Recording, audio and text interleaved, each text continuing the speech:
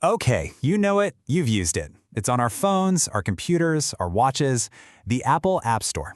It feels like it's always been there, but what's the real story behind it? What's the promise? What are the rules? And what happens when that promise gets broken?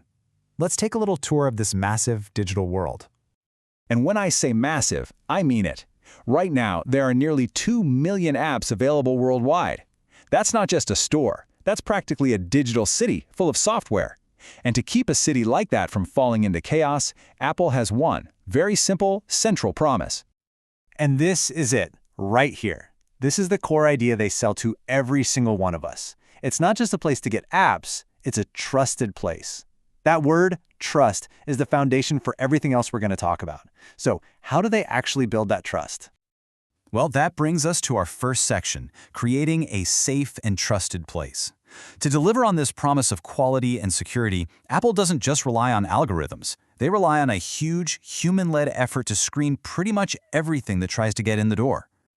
And these numbers are kind of staggering when you look at them. We're talking about a team of around 500 expert reviewers spread all over the world. Their one job? To comb through more than 130,000 app submissions every single week. And they are not just clicking approve. In 2024 alone, they rejected over 1.9 million submissions for things like privacy violations and fraud. These people are the gatekeepers. So, what are these gatekeepers actually looking for? Well, that gets us to the next part, the rules of the garden. See, a trusted place isn't just about keeping bad stuff out. It's also about having a really strict set of guidelines for what you let in. And before a developer can even get in line, they have to join the Apple Developer Program. It's the first hurdle. And yeah, it comes with a $99 a year price tag. It's basically the ticket to get into the garden, and it makes sure every developer has at least a little bit of skin in the game. And once you're in the door, oh boy, the rulebook is thick. For example, you can't submit an app that messes with the basic look and feel of the operating system. It can't be a demo or a trial version. They want the full thing. And since 2018, everything has to be a 64-bit app. It's all designed to make sure everything works smoothly and feels consistent and safe. But here's where things get a little tricky. Sometimes Apple's rules clash with other big ideas in the software world. Take the General Public License, or GPL.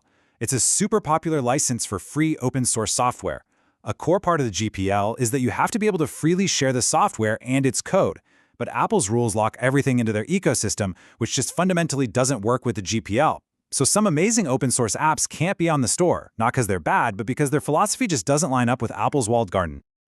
Okay, so safety is one thing, but remember the other half of the promise, the apps you love. How does Apple help you find those?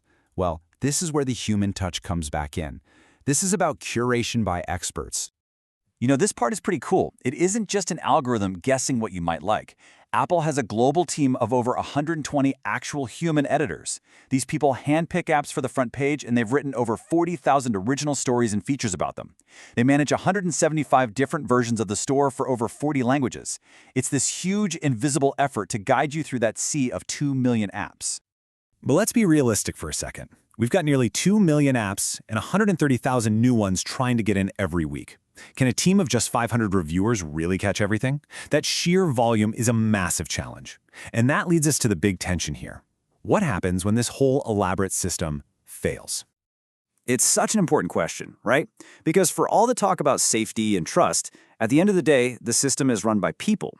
And sometimes, things slip through the cracks. Let me show you a perfect example of what I mean. So, picture this. Back in 2011, a game developer who made a game called Lugaru HD was horrified to find an exact copy of their game on the App Store. The real one was selling for $10, the counterfeit was going for 99 cents. They told Apple about it on January 31st, but that fake app didn't get taken down until February 10th. For almost 2 weeks, a counterfeit app was selling on the trusted store. And that right there is the disconnect. On one side, you have the promise, human reviewers enforcing strict standards. And on the other, you have the reality. A complete counterfeit made it all the way through the system. It just goes to show you how incredibly hard it is to police a digital space this huge. So it's clear the App Store is, well, it's complicated. To really get the full picture, we have to zoom out a bit. Because it's way more than just a storefront. It has always been a core part of Apple's grand strategy. I mean, just look at how quickly it became essential. It launched on the Mac in 2011 and was an instant smash. Just 6 months later, Apple used it to release their new operating system, OS X Lion. That was a huge deal. It was the first time they didn't sell it on DVDs. The App Store became the only way to upgrade.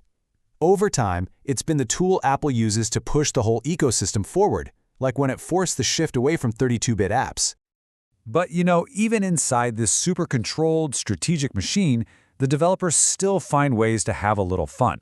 So for a second, let's take a quick detour and talk about something fun: Easter eggs.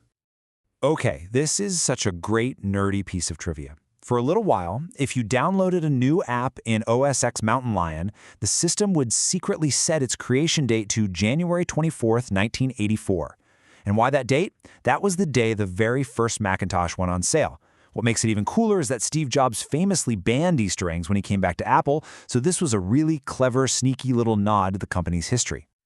So, when you boil this all down, you end up with this fundamental trade-off. For us, the users, we get a simple, safe place where we can download stuff and not really worry about it. But for that to be possible, developers have to live in Apple's house, pay by Apple's rules, and navigate this very closed ecosystem. And that leaves us with the big question, one that's getting more intense every day. This walled garden model has been wildly successful, but it's not the only way. As we hear more and more about things like sideloading and third-party app stores, we all have to ask ourselves, what do we actually value more? A perfectly curated, safe garden, or a more open and maybe a little wilder, free platform? There's no easy answer, but the debate over that balance is shaping the entire future of our digital lives.